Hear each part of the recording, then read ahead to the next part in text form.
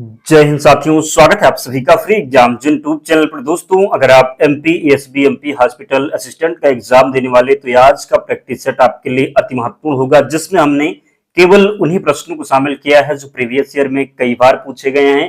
तो आपको सेशन में अंत तक बने रहना है और अंत में कमेंट करके अपना स्कोर जरूर बताना है। तो चलिए आज के सेशन को प्रारंभ करते हैं। उससे पहले अगर आप चैनल पर नए हैं तो चैनल को सब्सक्राइब करके बेल आइकन को जरूर प्रेस कर लें। पहला शानदार प्रश्न आपके स्क्रीन पर है। पूछा गया है कि एक जूल में कितने अर्घ होते हैं? 10 की घात 7, 10 की घात 6, 10 की घात 4 या फिर 10 की पावर 2। तो बताना है कि एक जूल में कितने अर्घ होते हैं। तो एक जूल में 10 की पावर कितना हो जाएगा? तो 7 राइट आंसर होगा। याद रखेंगे, गलती नहीं करेंगे। दूसरा प्रश्न है, किसी मशीन पर यांत्रिक कार्य करने हेतु प्रयुक्त बल कहलाता है भार, प्रयास, निर्गम या फिर क्षमता। तो किसी मशीन पर यांत्रिकीय कार्य करने हेतु प्रयुक्त बल कहलाता है, राइट आंसर प्रयास हो जाएगा। क्या हो जाएगा? तो सही उत्तर प्रयास हो जाएगा। और आप सभी साथी से निवेदन है, आप लोग वीडियो तो देख लेते हैं, ना ही वीडियो को लाइक करते हैं और ना ही चैनल को सब्सक्राइब करते हैं। अगर हम आपके लिए इतनी मेहनत कर रहे हैं तो आपका भी कर्तव्य बनता है कि आप लोग भी सपोर्ट जरूर करें। तो जल्दी से वीडियो को लाइक करना है और चैनल को जरूर ज्वाइन करना है। निश्चित ही बहुत ही फायदा होगा। हूबहू प्रश्न एग्जाम में मिलेंगे। तो प्रश्न है, प्राकृतिक चुंबक का उदाहरण है लोहा, स्टील, चुंबक, पत्थर या फिर ये सभी। तो प्राकृतिक जो चुंबक का उदाहरण हो जाएगा ये चुंबक पत्थर हो जाएगा। प्राकृतिक चुंबक का उदाहरण चुंबक पत्थर हो जाएगा। चौथा है, कार्य करने का सामर्थ्य कहलाता है शक्ति, ऊर्जा, संवेग या फिर ऊष्मा। तो कार्य करने का जो सामर्थ्य है ये ऊर्जा कहलाएगा। कार्य करने का सामर्थ्य ऊर्जा कहलाएगा। नेक्स्ट है, अशुद्धि से पूर्ण रूप से मुक्त परम शुद्ध जल को कहा जाता है अशुद्ध जल, खनिज जल, झरने का जल, उबला हुआ जल। तो अशुद्धि से पूर्ण रूप से मुक्त परम शुद्ध जल को कहा जाता है, क्या कहा जाता है? तो याद रखेंगे, इसको क्या कहेंगे? तो इसको क्या कहेंगे? तो आशुद्ध जल कहेंगे। अशुद्धि से पूर्ण रूप से मुक्त परम शुद्ध जल को आशुद्ध जल कहते हैं। अगला है, किस प्रक्रम द्वारा एक विलयन से विलय प्राप्त किया जा सकता है? अवसादन, निस्यंदन, आसवन, निवासपन।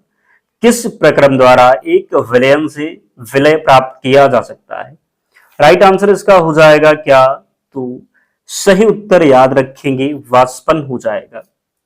किस प्रक्रम द्वारा एक विलयन से विलय प्राप्त किया जा सकता है? तो वाष्पन के द्वारा। जल जनित रोग क्या है? Typhoid, tetanus, hepatitis, malaria. तो जल जनित रोग हेपेटाइटिस हो जाएगा। जल जनित रोग क्या है? तो जल जनित रोग हेपेटाइटिस राइट आंसर हो जाएगा। आठवां है, क्वार्टर्स के अवयव हैं सिलिकॉन तथा कौन सा हो जाएगा? तो ऑक्सीजन, सल्फर, नाइट्रोजन या फिर हाइड्रोजन। तो ऑक्सीजन हो जाएगा। क्वार्टर्स के अवयव सिलिकॉन तथा ऑक्सीजन है। अगला है, किसके जलने से सबसे अधिक वायु प्रदूषण होता है? कोयला, मिट्टी का जल, एलपीजी, हाइड्रोजन। तो किसके जलने से सबसे अधिक वायु प्रदूषण होता है? तो याद रखेंगे, किसके जलने से? कोयला के जलने से। किसके जलने से सबसे अधिक वायु प्रदूषण होता है? कोयला के जलने से सबसे अधिक वायु प्रदूषण होता है। फूल का चमकीला तथा आकर्षक अंग है दलपुंज, वायुदल, दल या फिर पुष्पवृत्त। फूल का चमकीला तथा आकर्षक अंग है। फूल का चमकीला तथा आकर्षक रंग क्या हो जाएगा? तो दल हो जाएगा। क्या? तो दल। कालरा रोग होता है बैक्टीरिया द्वारा, वायरस द्वारा, कीटों द्वारा, टॉक्सिन द्वारा। कालरा रोग होता है। कालरा रोग की बात करेंगे तो ये किसके द्वारा होता है? बैक्टीरिया के द्वारा कालरा रोग होता है। तो कालरा रोग किसके द्वारा होता है? याद रखेंगे, बैक्टीरिया राइट आंसर हो जाएगा। अंडा किसका उत्तम स्रोत है? वसा, प्रोटीन, कार्बोहाइड्रेट, रेशा का। तो अंडा की बात करेंगे, अंडा जो है ये प्रोटीन का स्रोत है। किसका है? तो अंडा किसका स्रोत है? अंडा प्रोटीन का स्रोत है। किसका? तो अंडा की बात करेंगे तो अंडा जो है ये प्रोटीन का स्रोत है। पौधे के किस भाग से जूट तंतु प्राप्त किया जाता है? पौधों के किस भाग से जूट तंतु प्राप्त किया जाता है? पत्ती, फूल, तना या फिर मूल। तो पौधों के किस भाग से जूट तंतु प्राप्त किया जाता है? तो जूट तंतु तना से प्राप्त किया जाता है। चावल तथा गेहूं को नामित किया जाता है दालों के रूप में, अनाजों के रूप में, सब्जियों के रूप में, फलों के रूप में। चावल तथा गेहूं को नामित किया जाता है। चावल तथा गेहूं को अनाज के रूप में, किसमें? तो अनाज के रूप में। क्षेत्रफल का एसआई मात्रक है milli millilitre, centimetre, metre square, kilometre. तो क्षेत्रफल का एसआई मात्रक क्या हो जाएगा? क्षेत्रफल का एसआई मात्रक हो जाएगा मीटर स्क्वायर। नेक्स्ट है, बल को मापा जाता है स्प्रिंग तुला के द्वारा, थर्मामीटर द्वारा, कैलोरीमीटर द्वारा, इनमें से कोई नहीं। तो बल को मापा जाता है, बल को मापा जाता है स्प्रिंग तुला के प्रयोग के द्वारा। नेक्स्ट है, घर्षण को बढ़ाया जा सकता है तेल का प्रयोग कर, सतह पर नमी द्वारा, खुरदरे फर्श द्वारा, इन सभी के द्वारा। तो घर्षण को बढ़ाया जा सकता है, घर्षण को किसके द्वारा? तो खुरदरी फर्श द्वारा घर्षण को बढ़ाया जा सकता है। तो घर्षण को बढ़ाया जा सकता है खुरदरे फर्श के द्वारा। नेक्स्ट है, निम्न में से कौन सा पदार्थ जल में नहीं घुलता है? दूध, शहद, अल्कोहल या फिर तेल। तो निम्न में से कौन सा पदार्थ जल में नहीं घुलता है? तो जल में नहीं घुलता है क्या? तेल नहीं घुलता है क्या? तो जल में तेल नहीं घुलता है। निम्न में व्युत्क्रमी परिवर्तन कौन सा नहीं है? जल में भाप, लोहे का पिघलना, केरोसिन का जलना, भाप का संग्रहण। तो निम्न में व्युत्क्रमी परिवर्तन कौन सा नहीं है? निम्न में व्युत्क्रमी परिवर्तन कौन सा नहीं है? तो याद रखेंगे केरोसिन का जलना हो जाएगा। निम्न में से व्युत्क्रमी परिवर्तन कौन सा नहीं है? तो केरोसिन का जलना। निम्न में से किस पदार्थ के अणुओं में एक ही प्रकार के परमाणु रहते हैं? ऑक्सीजन, जल, सल्फर डाइऑक्साइड, कार्बन डाइऑक्साइड। तो निम्न में से किस पदार्थ के अणुओं में एक ही प्रकार के परमाणु रहते हैं? तो एक ही प्रकार के परमाणु की बात करेंगे तो यह ऑक्सीजन हो जाएगा। क्या? तो ऑक्सीजन राइट आंसर होगा। निम्न में से कौन सा सूत्र ओजोन का गुण दर्शाता है? O2, O3, H2, O2, इनमें से कोई नहीं। निम्न में से कौन सा सूत्र ओजोन का गुण दर्शाता है? तो ओजोन का गुण O3 दर्शाता है। क्या? तो O3 राइट आंसर होगा। निम्न में से कौन सी मिश्र धातु है? लोहा, सोना, स्टेनलेस स्टील या फिर तांबा। तो निम्न में से कौन सी मिश्र धातु है? मिश्र धातु इनमें से बात करेंगे तो स्टेनलेस स्टील हो जाएगा। निम्न में से कौन सी मिश्र धातु है? तो स्टेनलेस स्टील राइट आंसर हो जाएगा। पौधे जो अपना खाद बना सकते हैं कहलाते हैं ऑटोट्रॉफ, हेटेरोट्रॉफ, सैप्रोफाइट, पैरासाइट। तो पौधे जो अपना खाद बना सकते हैं क्या कहलाते हैं? तो पौधे जो अपना खाद बना सकते हैं उसको हम ऑटोट्रॉफ कहते हैं। क्या कहते हैं? तो पौधे जो अपना खाद बना सकते हैं वह ऑटोट्रॉफ कहलाते हैं। बात करेंगे फूल, फल तथा बीज धारण करने वाले फूले हुए पौधे कहलाते हैं। फूल, फल तथा बीज धारण करने वाले फूले हुए पौधे कहलाते हैं क्रिप्टोगैम्स, फर्न, जिम्नोस्पर्म, एंजियोस्पर्म। फूल, फल तथा बीज धारण करने वाले फूले हुए पौधे कहलाते हैं। क्या कहलाते हैं? तो ये याद रखेंगे, इनको हम एंजियोस्पर्म कहेंगे। फूल, फल तथा बीज धारण करने वाले फूले हुए पौधे को एंजियोस्पर्म कहते हैं। निम्न में से द्विबीजपत्री कौन है? घास, आम, मक्का या फिर सभी। द्विबीजपत्री पूछा गया है। क्या? तो निम्न में से कौन सा है जो द्विबीजपत्री है? तो द्विबीजपत्री की बात होगी तो ये क्या हो जाएगा? तो ये याद रखेंगे, ये आम हो जाएगा। क्या? तो आम। नेक्स्ट है, एक कोशिकीय जीव को वर्गीकृत किया जाता है आर्थ्रोपोडा के रूप में, सरीसृप के रूप में, प्रोटोजो के रूप में या फिर मोलस्का के रूप में। तो एक कोशिकीय जीव को वर्गीकृत किया जाता है, एक कोशिकीय जीव को किसके रूप में? तो याद रखेंगे प्रोटोजोआ के रूप में। किसमें? तो प्रोटोजोआ हो जाएगा। केले के पौधे की जड़ी आरोही मूल, अवस्थम मूल, श्वसन मूल, अपस्थानिक मूल। तो केले के पौधे की जड़, केले के पौधे की जड़ क्या है? तो ये क्या हो जाएगा? अपस्थानिक मूल। केले के पौधे की जड़ अपस्थानिक मूल हो जाएगा। सजावट शब्द का प्रत्यय है आओ, आवट, आहट या फिर टा। सजावट शब्द का प्रत्यय क्या हो जाएगा? सजावट शब्द का प्रत्यय आवट हो जाएगा। सजावट शब्द का प्रत्यय बताइए। तो सजावट शब्द का प्रत्यय आवट हो जाएगा। क्या? तो सजावट शब्द का जो प्रत्यय हो जाएगा ये आवट हो जाएगा। लड़का पेड़ से गिरा। अब हम हिंदी को प्रारंभ कर रहे हैं। लड़का पेड़ से गिरा। उपयुक्त वाक्य का कारक बताइए। संप्रदान कारक, कर्म कारक, उपादान कारक या फिर कारण कारक। हमने आपको बताया कारक के कुल कितने भेद होते? तो 8 भेद होते। कितने? तो 8। यहाँ पर पूछा गया लड़का पेड़ से गिरा, तो कर्ता का जो कारक चिन्ह होता है, कर्ता ने कर्म को करण से, अपादान से, तो अपादान से का जो अर्थ होता है वो अलगाव से होता है। लड़का जब पेड़ से गिर गया तो क्या हो गया? लड़का जब पेड़ से गिर गया तो पेड़ से अलग हो गया। तो जब अलगाव होगा तो वहां पर अपादान कारक होगा। क्या? तो वहां पर अपादान कारक हो जाएगा। गलती नहीं करेंगे, जरूर याद रखेंगे। अगला है, चौराहा कौन सा समास है? बहुव्रीहि, द्वंद्व, द्विगु या फिर तत्पुरुष। चौराहा, चौराहा यानी 4 राहों का समूह। तो जहां पर संख्यावाची हो हमने बताया है द्विगु समास होगा। तो चौराहा में द्विगु समास है। नेक्स्ट है, पुत्री का पर्यायवाची शब्द नहीं है। तनय, सुता, आत्मजा, दुहिता। तो पुत्री का पर्यायवाची इनमें से कौन सा नहीं है?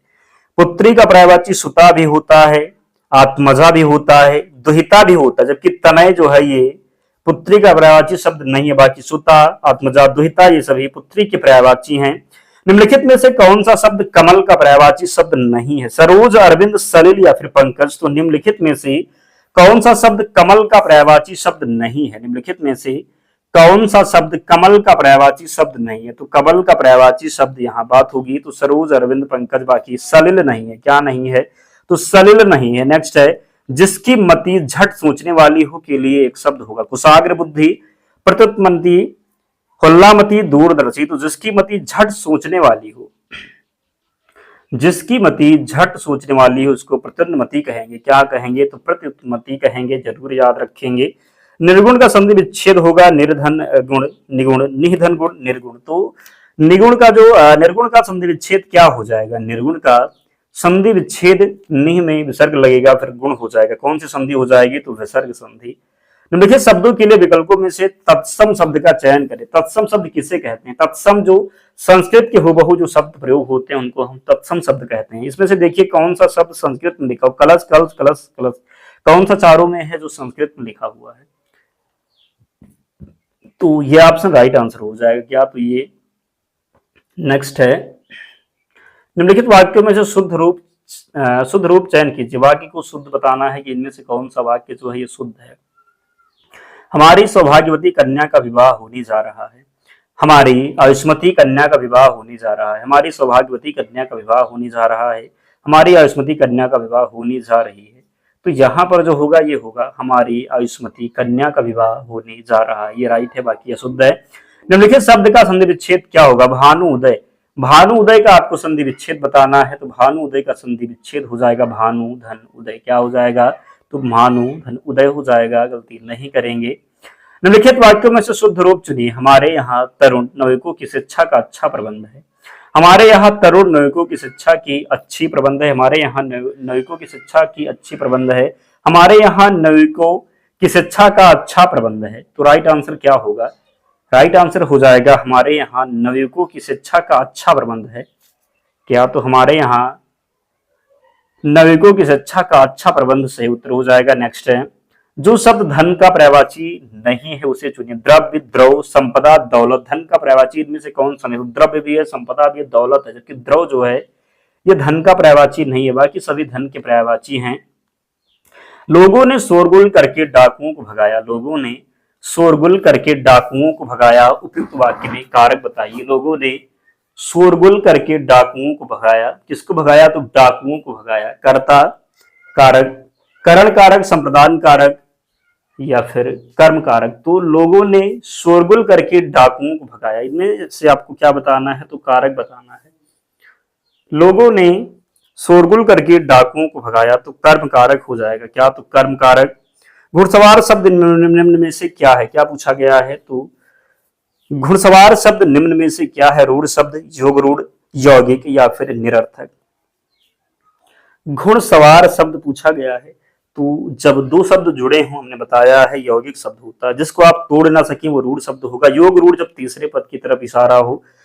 अजायब घर क्या पूछा गया? तो अजायब घर है। देशज शब्द, तत्सम शब्द, विदेशी या फिर संकर। तो अजायब घर की बात करेंगे तो ये संकर शब्द है। क्या है?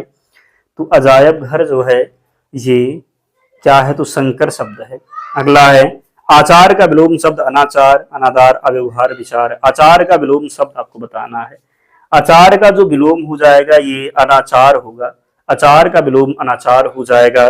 जगन्नाथ किस संधि का उदाहरण है? व्यंजन संधि, विसर्ग संधि, दीर्घ स्वर संधि, गुण स्वर संधि। जगन्नाथ किस संधि का उदाहरण है? जगन्नाथ की बात करेंगे तो ये व्यंजन संधि का उदाहरण है। किसका? तो जगन्नाथ व्यंजन संधि का उदाहरण है। मोर का तत्सम शब्द होगा मयूर, मयूर, मोरूर या फिर मरूर। तो मोर का तत्सम मयूर हो जाएगा। मोर का तत्सम क्या होगा? तो मयूर होगा। अभिशाप शब्द में उपसर्ग चुनिए। अति, अभि, आ या फिर अधि। तो अभिशाप शब्द में उपसर्ग आपको बताना है।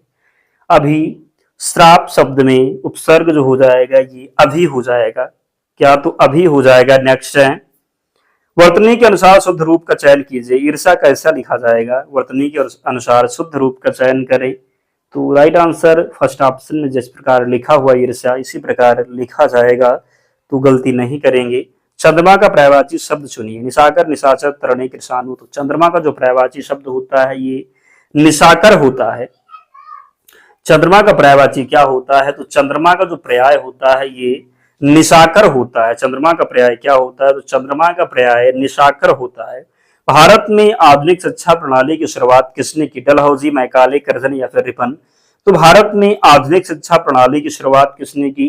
तो भारत में आधुनिक शिक्षा प्रणाली की शुरुआत किसके द्वारा? तो मैकाले के द्वारा। किसके द्वारा? तो भारत में आधुनिक शिक्षा प्रणाली की शुरुआत किसने की?